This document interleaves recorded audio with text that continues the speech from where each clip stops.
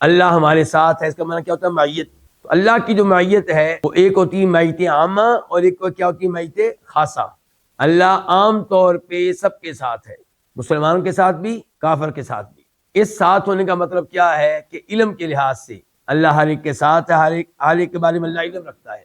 سننے کے لحاظ سے اللہ ہر ایک کے ساتھ ہے، اللہ ہر ایک کی بات کو سن رہا ہے۔ دیکھنے کے لحاظ سے اللہ تعالیٰ کے ساتھ ہے، اللہ ہر ایک کو دیکھ رہا ہے۔ قدرت، کنٹرول، احاطہ کے لحاظ سے اللہ ہر ایک کے ساتھ ہے، ہر کوئی اللہ کے کنٹرول میں ہے، قدرت میں کوئی اللہ کے کنٹرول سے باہر نہیں ہے۔ اور ایک ہوتی ہے معیت خاصہ کہ اللہ تعالیٰ اس کے ساتھ ہے خاص طور پہ۔ عام طور پہ اللہ سب کے ساتھ ہے، لیکن خاص طور پہ اللہ ہر ایک کے ساتھ نہیں ہے۔ معیت خاصہ ہر ایک کو نہیں ملتی۔ کیا کافروں کو معیت خاصہ ملتی ہے؟ بالکل بھی نہیں۔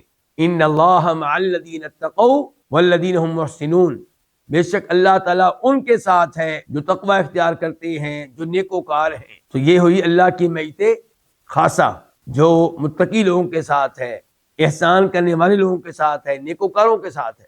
پھر ایک معیت ہوتی ہے جو اس سے بھی خاص ہوتی ہے۔ ایک معیت کیا تھی؟ عامہ، ایک کیا ہے؟ خاص، اور ایک کیا؟ خاص الخاص۔ خاص الخاص کی مثال کیا ہے؟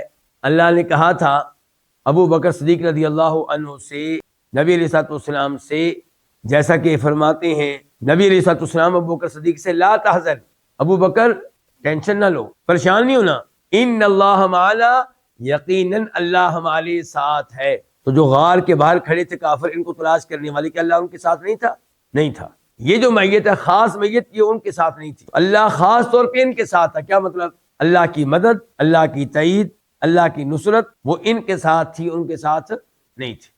اور ایسے اللہ تعالیٰ نے کہا تھا موسیٰ علیہ السلام سے، ہارون علیہ السلام سے، کیا کہا تھا؟ لا تخافا اننی معکما اسمع وارا، آپ دونوں نے فرعون کے پاس جانا ہے، اسے دعوت دینی ہے، توحید کی تبلیغ کرنی ہے، ڈرنا نہیں آپ دونوں نے، کیونکہ میں تم دونوں کے ساتھ ہوں، اسمع ہوں، میں گفتگو سن بھی رہا ہوں اور دیکھ بھی رہا ہوں۔